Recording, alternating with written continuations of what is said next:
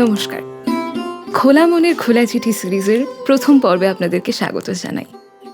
আজকে যে চিঠিটি পাঠিয়েছে আমাকে, সে তার নাম প্রকাশ করতে চায় না, তাই তার নামটা আমি বলছি না। তবে এই চিঠিটি বড্ড ইন্টারেস্টিং, কারণ একটু অন্য ধাঁচের। তবে প্রাপকের নাম দেওয়া আছে আমার আমি, ঠিকানা মনের বাম অলিন্দে, পিনকোড দেওয়া আছে দিনে যতবার শ্বাস পড়ে, আর প্রেরক তোমার পড়শি, ঠিকানা ভেতর ঘরের এক কোণ, পিনকোড যতবার আমার চোখে জল এসেছে। সত্যি আমি এরকম ঠিকানা বহুদিন বাদে দেখলাম একটা চিঠিতে।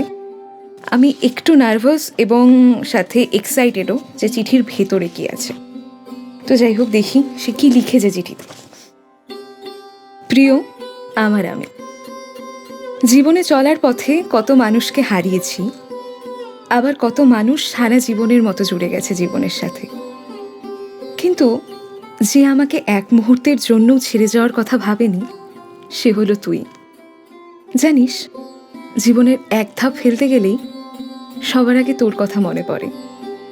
তাই সবার আগে কিন্তু তোর কাছেই ছুটে যাই তোকে জানানোর জন্য, কিন্তু জানাতে গিয়েই মহা ঝগড়া বাঁধিয়ে ফেলি।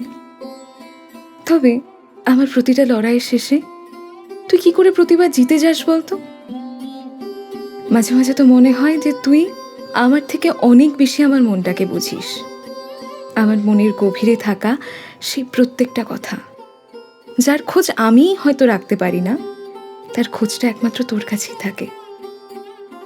কোনোদিন তো তোকে বলে ওঠা হয়নি, তুই ভালো না থাকলে বা তুই না থাকলে আমি হয়তো হেরে যেতাম রে এতদিনে। বলছি, তুই না খুব ভালো থাকিস, নিজের একটু খেয়াল রাখিস। আসলে আমি একটু স্বার্থপর, কারণ তুই ঠিক না থাকলে যে আমি হেরে যাব, তুই না জিততে পারলে আমি হেরে যাব। তাই শেষে একটাই কথা বলবো, লড়াই করে ক্লান্ত হয়ে যদি মনের ঘরে তাকাই, ক্লান্ত তোর এই পড়শিটাকে তুই শান্ত রাখিস সদাই। তুই থাকলে জিতবো আমি, মনেও পাবো বল, নড়বড়ে এই জীবন খাদে তুই আমার শেষ সম্বল। ইতি, তোর পড়শি। সত্যি অসাধারণ একটি চিঠি। আমরা প্রিয় মানুষকে চিঠি লিখি, বাবা মাকে চিঠি লিখি, আত্মীয় স্বজনকে চিঠি লিখি, তবে নিজের আমিটাকে কোনোদিনও বলে ওঠা হয়নি যে তুই না থাকলে আমি সত্যিই হেরে যেতাম। যখন আমরা ভেঙে যাই, সে সময়গুলো হয়তো ঘুরে দাঁড়াতে পারতাম না। তাই আমিটাকে ভালো রাখাটা কিন্তু খুব দরকার। পরের পর্বে আবারও আসবো একটি নতুন চিঠির সাথে। ততক্ষণ সবাই ভালো থাকবেন, সুস্থ থাকবেন। নমস্কার।